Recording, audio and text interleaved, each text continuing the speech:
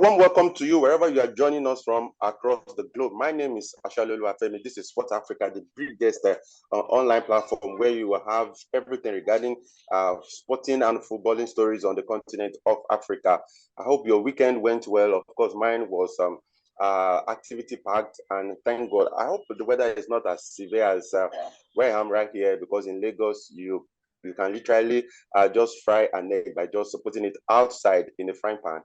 It's been so hot. I hope the weather is not as severe wherever you are. Kyle and James are going to be there. Yeah. I know where you are, the weather is different, but can you just quickly give us a glimpse of how it is where you are? Well, it's all looking good. Thank God. And it's nice to be here again. Okay, all right. James. Yeah, I'm happy to be on today's edition. Where am I? The weather is warm. I don't know how the rest of the day will look like. So hopefully it will remain like this. Okay, all right. Okay, so where else to get started other than in Ghana, where the 13th All African Games ended? Well, you could say before last weekend. And of course, Egypt swept everyone. They swept everyone away. They ended up with 99 gold medals, more than Nigeria, who finished second, and South Africa in third combined. Because Nigeria and South Africa, if you add their gold medal together, is not as many as what Egypt alone took home. So Egypt finished at top of the table with a 99 gold medal, a total of 187 medals. Then Nigeria 47 gold and 121 medals altogether in the updated table. Then South Africa third. But Kyle, if you look at the table, you'll find out that you have almost all the North African teams in the first seven, the first 70 countries on the table. I think that says a lot about having a deliberate policy about sport development, not just football. Yeah, well, you are quite right, Femi. It shows in how much I got that question. I got asked that question a lot these past few weeks. Everybody wanting to know, what is it? Why is the gap between Egypt and the rest of the continent this wide? And I said to them, the reason is very, very simple. Egypt has one of the larger populations in Africa, and they have invested wisely in every sport. That's why I think the only sports where they did not top the table would be in athletics, where Nigeria dominated, and boxing. Those are the only two sports where they did not. Okay, and taekwondo, where Tunisia were dominant. Apart from those three, they had medals in every other sport, and there were 30 sports. Femi, you can imagine in wrestling and weightlifting, they easily top. They had over 30 gold medal in each of these sports. So for me, it's about the investment. And the Femi, nothing typifies their relentless and intentional developmental plan like the strides they have made in table tennis. They won table tennis easily. In the past, Femi, nobody touches Nigeria when it comes to table tennis. Nigeria will win all available gold. But you know what? Nigeria didn't even come second. They came third in table tennis. It's so sad. Even with the inclusion of Haruna Quadri, we only got, I think, 3 silver and three bronze. Nigeria had 1 gold. Egypt had 3 gold. So that tells you that the Egyptians now they won the main singles. Omar is unplayable. He's unplayable. They've also dominated in the female category. It shows that these are people. A few years ago, Femi, when we come to table tennis, they will just cede all the medals to Nigeria, because you see Nigeria coming first, second, third in the singles for men and women. That was in the years when Atodabusa, Yomiba Nkole, Segun Toriola, Funke Oshena, Bose Kafu, when they ruled Africa. Now it is not the case again. So that tells you that when you are intentional about development, you don't rush. I mean, you don't cut corners. You get to see the results, which is what Egypt saw at the last African Games. All African Games. Okay, James, before we leave All African Games, of course, the host, Ghana, they finished with 19 gold medals. That is sixth on the table overall. But the banter is that I remember during the games, their cycling athletes were saying that they didn't even have bicycle to run with during the games. And the banter is that Nigerians are even they are saying that despite the 24-hour power supply that Ghana boasts that they claim they have, they couldn't sit top of the medals, you know. But as a host country, if you're finishing with just 19 gold medals and overall you could only make a sixth on the overall medals table, what does that say, James, generally, after investing millions in tens of dollars in order to put this game together? Yeah, I don't know Ghana as a powerhouse when it comes to sports. The only sport that we know that way they have one of the biggest is football. So I wasn't surprised where they finished, because I saw the likes of Nigeria, South Africa, Egypt to come in that order. Not I never even I'm surprised that Ghana even got to that position. Because if you follow the All Africa Games, they've never been one of the top countries. Countries that you think want to maybe they will win the competition or give the competition with a huge number of gold, silver. So I mean, maybe because they are the hosts, that's why they even got to that position. If you check the previous editions, I mean, they hardly when they make the top 10, but I mean, there's always scanty number of gold and silver and bronze. They won the football event, both male and female. It didn't come as a surprise, because that when it comes to football, Ghana is always one of the biggest in Africa. But sports in general, they are not. They are, you know how many countries you will count before you even mention Ghana, Nigeria, South Africa, Egypt, the Kenyans, Ethiopians, the Algerians, the Moroccans. There are so many countries ahead of them. It might surprise you that Ghana has never won gold medal at the Olympics. They won a couple of silver and bronze, but never the gold. Like I said, they are not a powerhouse when it comes to sports in Africa. So that they even finished in this position, I feel because they hosted the competition. So it's not taking anything away from them, but maybe they can just build from this. In the next edition. I think the next edition will come up in Egypt, if I'm not mistaken. So maybe they would have learned a lot from this just concluded edition and taken into the next tournament. And surprisingly, none of the athletes qualified for the Paris Olympics. Despite the fact that they finished a couple of medals in athletics, none of them qualified for Paris. So you should tell you that they just have to use this competition to boost themselves. Okay, of course. That's just the difference. Like the way Kayode has put it, and you, James, the difference between the North Africans and we, the Sub-Saharan African here, we only prepare for the competition. We don't prepare for the future, and that is explained. James, I'll still stick with you. Of course, before the weekend, the Sun UK brought this report about Geremi Njitap, the former Cameroon international, about the issue he had with his wife. Last year, I think that was what even dominated. It was almost the biggest news in Ghana. But now it is Cameroon, where Geremi Njitap got to know that the twin that he thought were his were not are not actually his children. And he's been married to his wife for 12 years. They were together 16 years. So it was, according to the story, it was easier for the wife to push the children to him. Unknown to Geremi Njitap, the wife had these children for the former lover, and behind her, Njitap had to carry out a DNA test. And yesterday, all I saw on social media was women calling out their gender, saying my gender, my gender. Why are you doing this? It is heart-wrenching. I can just imagine what Geremi Njitap is currently going through right now. I think this something like this happened to former Black Stars footballer. What's his name now? Right? Odate Lamptey, yes. I think even like 3 children that later found out that we are his. I mean, like somebody like what people have been saying now that the male gender has been going through a lot. not been fair to the male gender. It's sad, for someone who has brought up the kids to that. They are twins, boy and a girl. And And I found out that they are they're not on the screen close. right I now mean, with the father. it's enough to wreck anybody, no matter how strong you think you are. I mean, nobody deserves such treatment because cannot even blame the children because they know they only know him as their father, and later now discover that the person that you thought is your father is not somebody that you don't even know at all.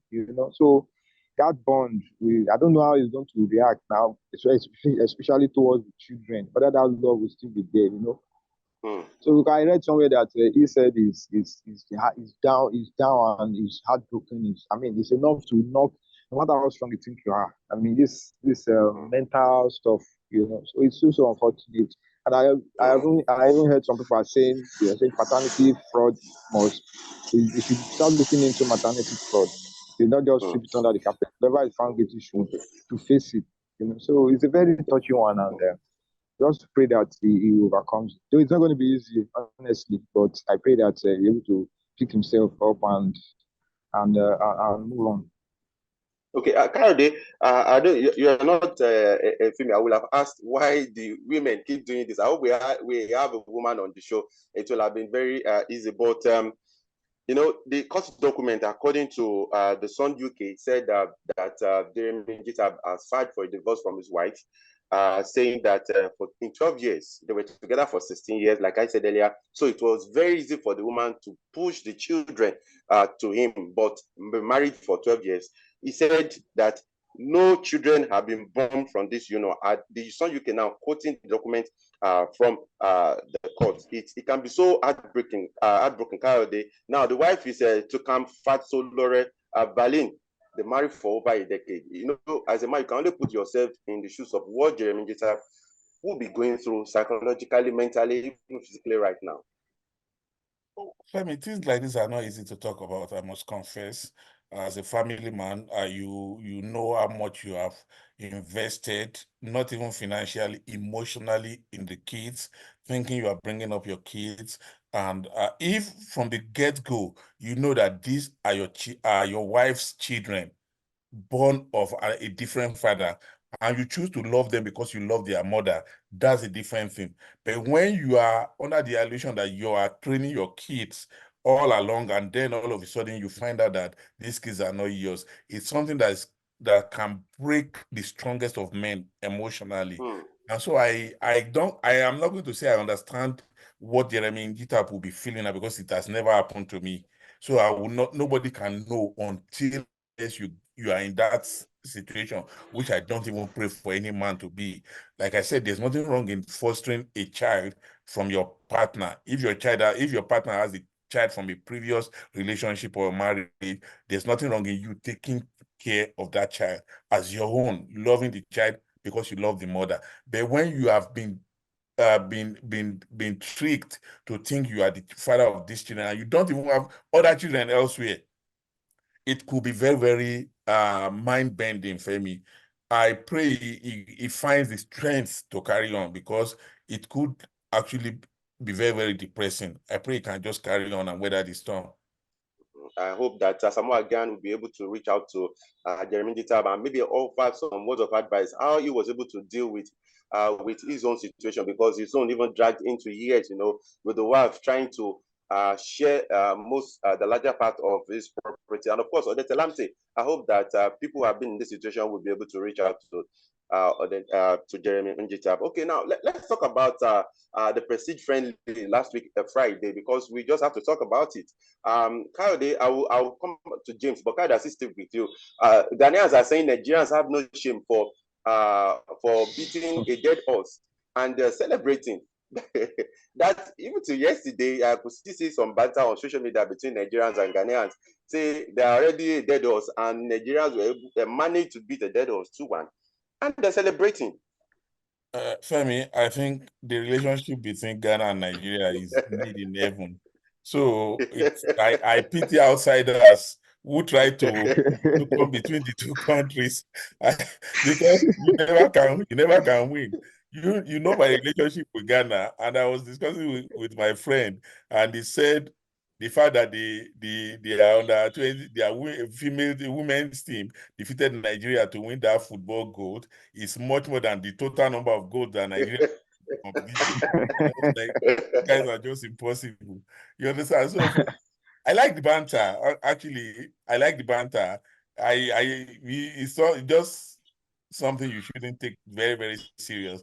If they say they are dead horses, if they had drawn or won that game, they wouldn't be saying that. Femi won. I heard another one from my friend. He said, Kudus didn't play, Party didn't play, blah, blah, blah, didn't play. I said, well, in that Nigerian team, I could count a lot of players that did not also play. Awoni didn't play, Osimhen didn't play, Ekong didn't play. Boniface. A lot of people didn't also play in that game. But you know what? If you had won, these same people that you said didn't play, when they played at the AFCON, what was the result? We had a lengthy discussion about it. It was good-natured and everything. But I told him, I said, even if they had played, they played at 2 AFCONs back to back. What did you bring home? Against Nigeria alone that they did not play.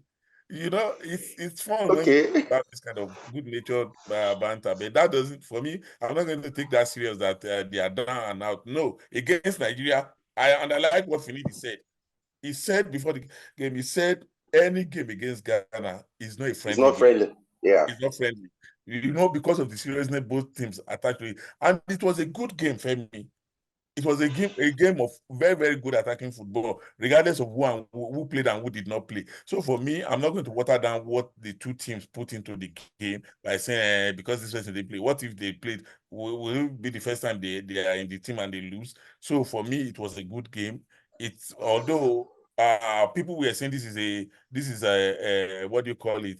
A test of Finidi's readiness to get into the Super Eagles job. I said no.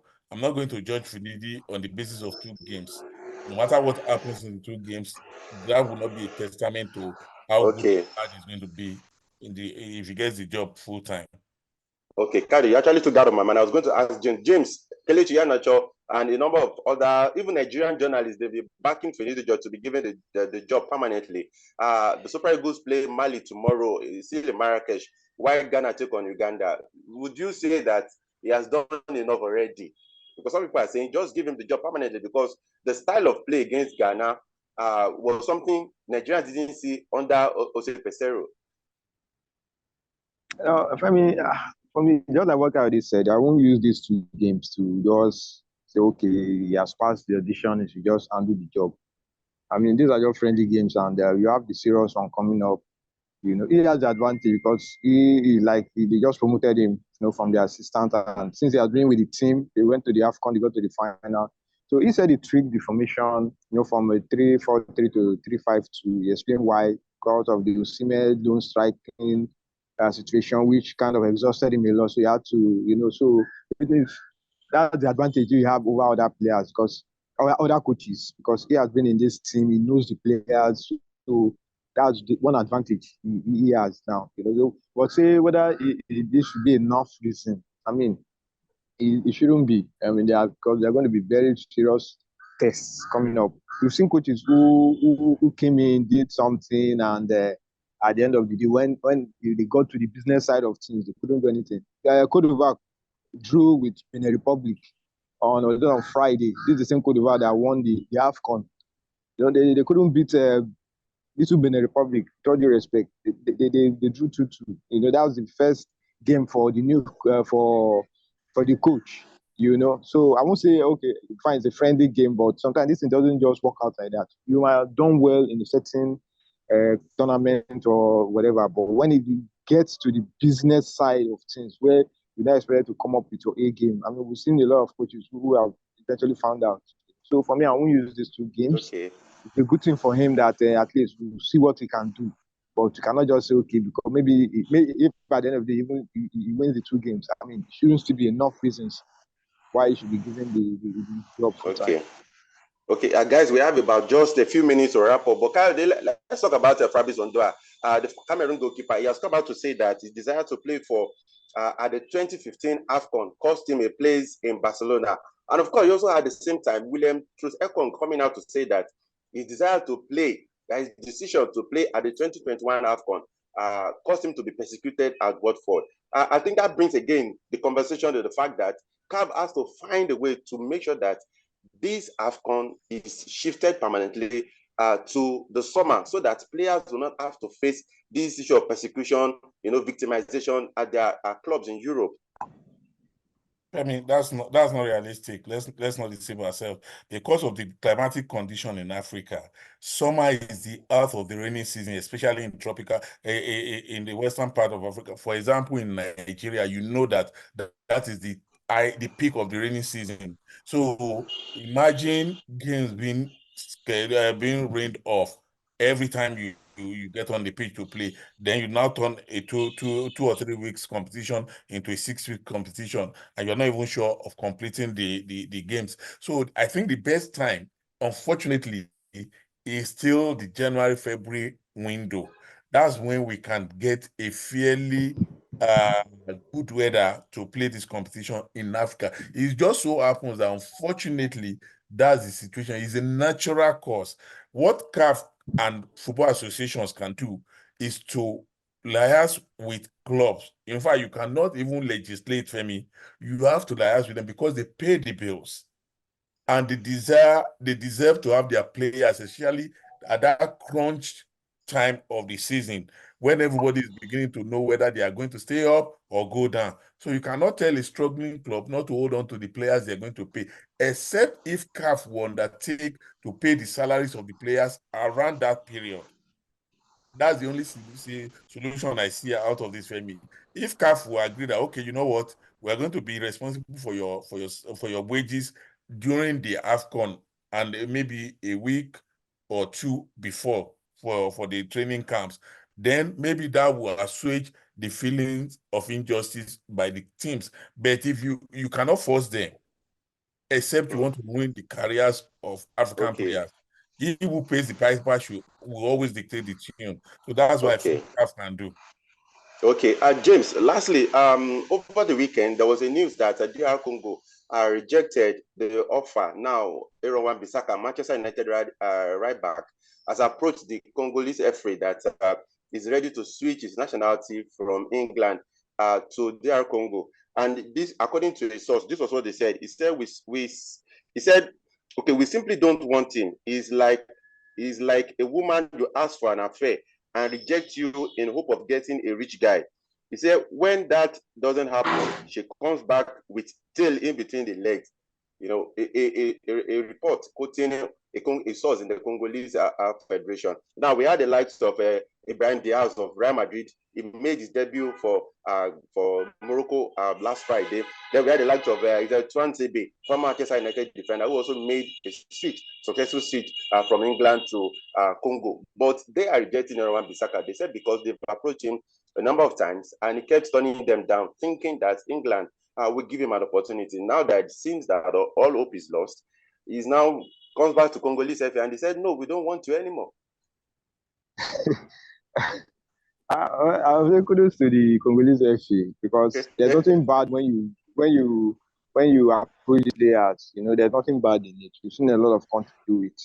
But what I don't like is where you now tend to like begging the players, like as if you can't do without them. I remember when Sunday Olise took over the Super Eagles, I think he went to London and had to go and see Jordan Ibe, who said he's not Ibe, he's Hype.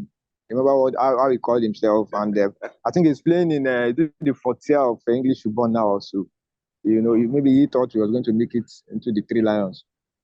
So for me, I think they've come out to say they don't want him anymore. So life goes on. Nobody said you can still break into the English national team. He's still young, and it's surprising to me that he's not even he's not always called up for the English national team. Yes, So for me, they've taken their stance. They've tried their best, but I like it that they just put a stop to it and end everything. That okay, we've tried to invite you, you said no. So we just wish him all the best, and at least you send the message to other FEs who like okay, want to go and start begging players. If they are not going to, one thing about these guys, they were not born here. That mentality, all those things, they are still attached to where they were born. So it's just a couple of them who will just say, okay, at the end of the day, they just want to come and play, but don't make it look as if you are going there to beg these guys. I mean, if you check out the Nigerian national team, when the Super Eagles were still very strong, most of the guys who came from abroad, who were born abroad, they hardly play in the Super Eagles. When you had the likes of Yakini, likes of Okocha, the guys who always top the team. Even the last of Efan Ekuku, I remember in 1994, he played only one game. As hot as it was then for Wimbledon, he played only one game at the AFCON. He never saw a minute at the USA 94 World Cup. So that was back in the days. Okay, so Kyle, I would have loved you to talk about players, African players born in Europe, coming back home. Or just 1 minute as we wrap up now. Brahim Diaz made his debut for Morocco last Friday. Then we had Axel Tuanzebe, who has successfully switched from England to DR Congo. But DR Congo rejecting Wan-Bissaka, saying they've toasted him in quotes for some time now, and he kept rejecting them for a richer guy, according to his source, the Congolese FA. Just 1 minute, Kyle, as we wrap up.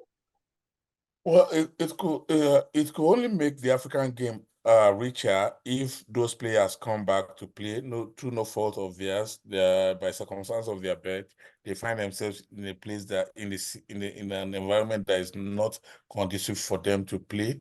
Sometimes it's not like the players chosen ahead of them are necessarily better, but if for whatever reason it is, if they come back to play for Africa, for African teams, it could really help the growth of the game. We've seen this happen in basketball. The Nigerian national basketball teams, both male and female, are strong today because of the influence of foreign-born players. If we could translate this into football too, I see nothing wrong in it, although it should not be at the detriment of local talents. Femi, if you're able to strike a balance in Africa between those who are born here and those who are born abroad, give everybody equal opportunities and select the best at all times. That's it. All right. Thank you guys so much for your thought today. We appreciate you. Thank you very much, Femi. See you next time. All right. Of course. All right. So, of course, it's great to have Kayode back. Of course, our regular programming will be resuming by Friday when, of course, we'll have league actions resuming across Europe by the weekend. It's the beginning of another week. Just continue to keep pursuing your goals. One day, hopefully, with faith, they will surely come to pass. I remain Ashalolu Afemi. I pray that you have a wonderful, wonderful gift this week. Bye for now.